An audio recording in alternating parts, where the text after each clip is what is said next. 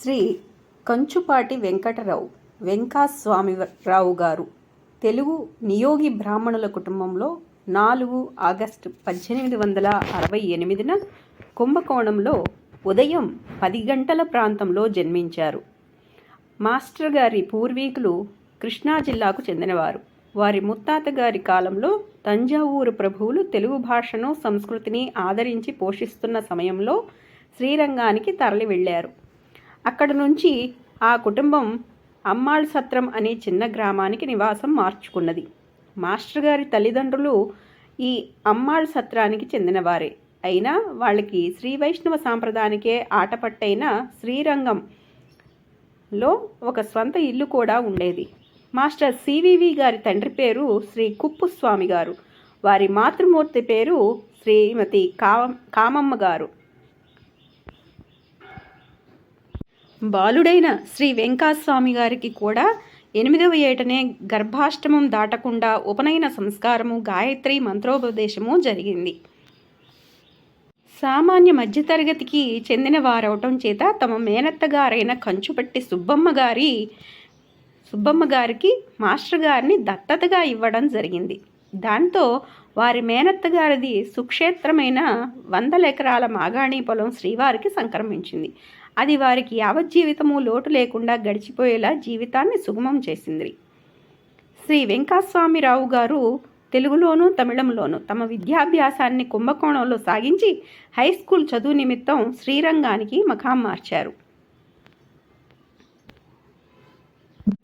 Master గారికి తమ 12వ ఏటనే రుక్కిణమ్మ గారితో వివాహం జరిగింది. తెలుగు, సంస్కృతం, ఆంగ్ల భాషల్లో మంచి పాండిత్యాన్ని, అభినివేశాన్ని సమకూర్చుకొని ఉత్తమ గృహస్థ జీవితాన్ని కొనసాగించారు. శ్రీవారికి 35 ఏళ్ళు వచ్చేసరికి 3 కుమారులు, 3 కుమార్తెలు కలిగారు. ఇంతలో మాస్టర్ గారి జీవితం అనుకోని రీతిలో మలుపు తిరిగింది.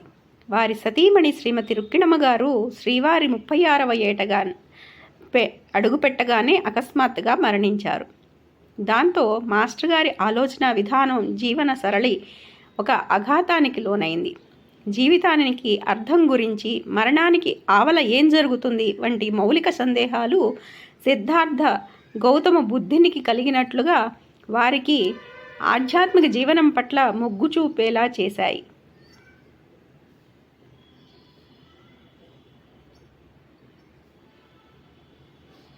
శ్రీ తోండమాన్ వంశపు రాజులైనటువంటి శ్రీ వెంకటేశ్వర ప్రభువు శ్రీనివాసుడై మానవ రూపంలో భూమిపై ఉన్న రోజుల్లో దక్షిణ పదాన్ని పరిపాలించేవారు. ప్రపంచ ప్రఖ్యాతిగాంచిన దివ్యక్షేత్రమైన తిరుమల పైన శ్రీవారికి ఆనంద నిలయం నిర్మించినది తొండమానుడు అన్న పేరు గల మహాభక్తుడే.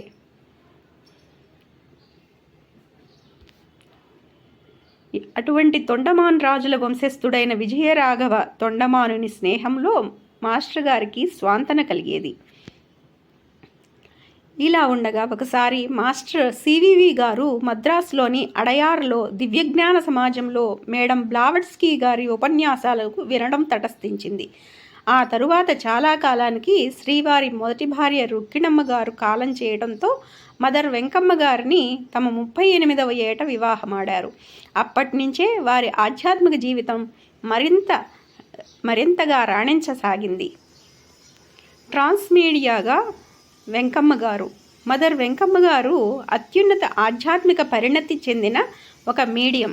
ఆమెకు మాస్టర్ గారి స్పర్శ తగలటంతోటే ఒక గాఢ సమాధిలోకి వెళ్ళి ఉన్నతమైన ప్రజ్ఞతో ఊర్ధ్వలోకాలైన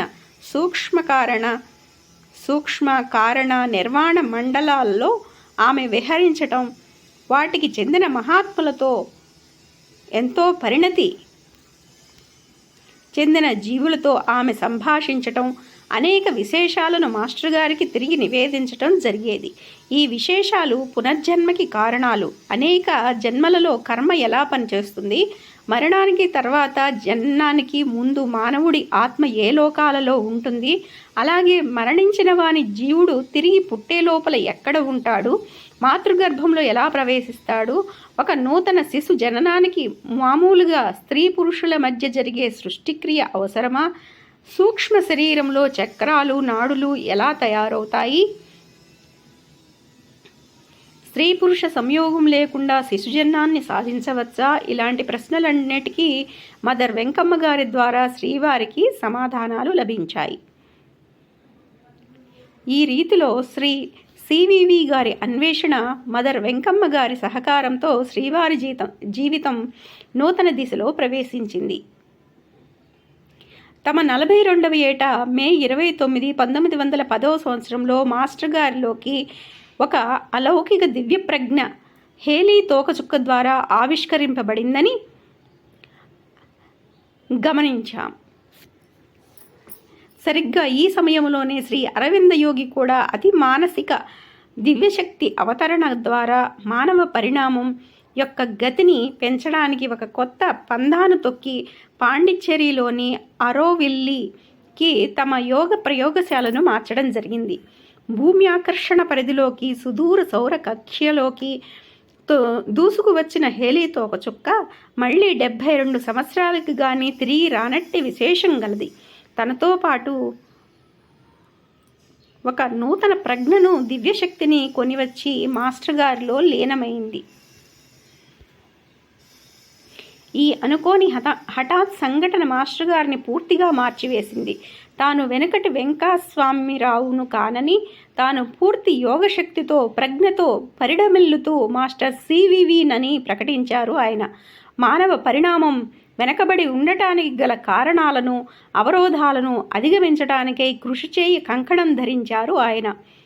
సమాధి స్థితిలో మదర్ వెంకమ్మ గారి ప్రజ్ఞను ఊర్ధ్వ ప్రజ్ఞామయ లోకాలలోనికి పంపి ఈ సౌర కుటుంబంలోని 7 గ్రహాలను దాటించి అవి నియమిస్తున్న 7 లోకాలలోకి పైకి పంపే అన్వేషణ కొనసాగించారు.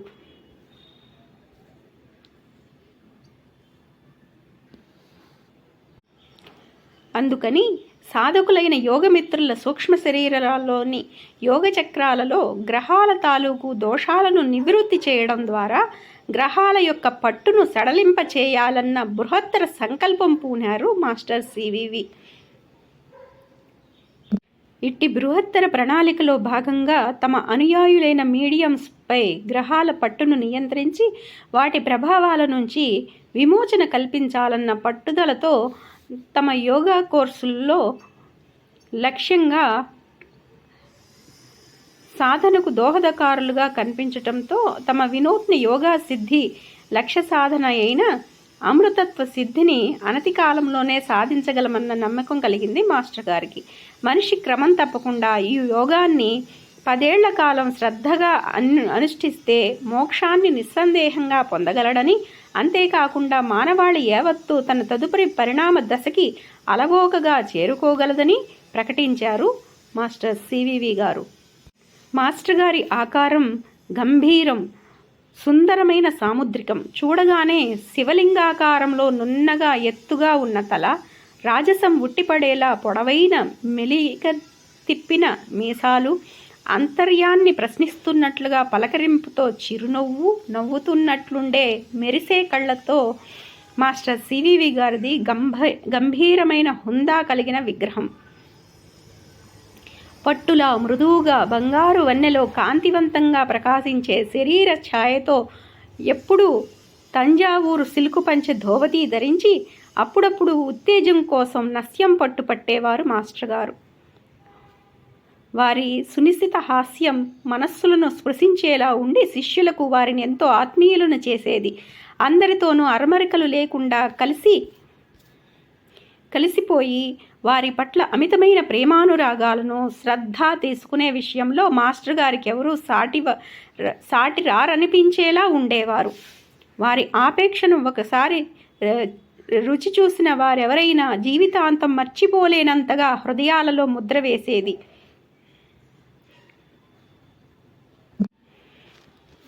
శిష్యుల వ్యక్తిగత సాధన విషయంలో ఎంత శ్రద్ధ వహించేవారో అలాంటి శ్రద్ధే వారి కుటుంబ విషయంలో, భార్యాపిల్లల యోగక్షేమాల విషయంలోనూ ఉండేది. వాళ్ళకి కలిగే అస్వస్థతలను నయం చేయడమే కాక నిరుద్యోగంతో వ్యధ చెందే వారికి ఉపాధి చూపటం, చాలా సందర్భాల్లో ఇతరుల శారీరక అవస్థలను తమ మీదకి తీసుకొని వాటిని తాను ఆనందంగా అనుభవిస్తూ వారికి బాధ నివారణను ప్రసాదించేవారు.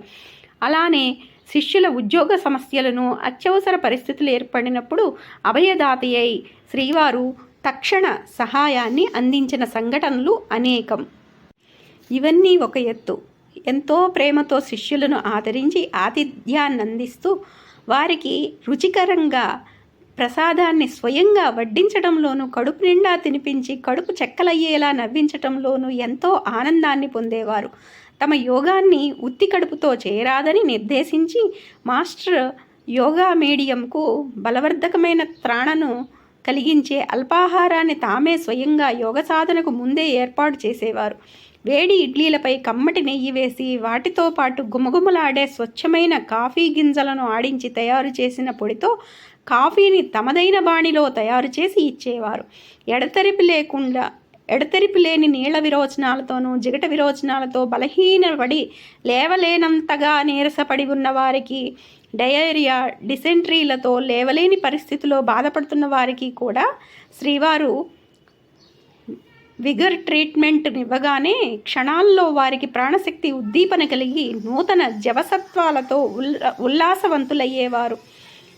దైవాన్ని ప్రార్థించిన ఒక్కోసారి నివారణ ఆలస్యమవుతుందేమో కానీ మాస్టర్ కోర్సులు స్మరించిన వెంటనే పనిచేసి ఎలక్ట్రానిక్ వేగంతో రోగ నివారణ సమకూరేది. జై మాస్టర్ సివివి. మాస్టర్ సివివి నమస్కారం. ఈరోజు మాస్టర్ సివివి గారి జన్మదినోత్సవ సందర్భంగా వారిని స్మరించుకునే అవకాశం మనకు కలిగించినందుకు శతకోటి నమస్కారములతో జై మాస్టర్ సివివి. జై సాయి మాస్టర్.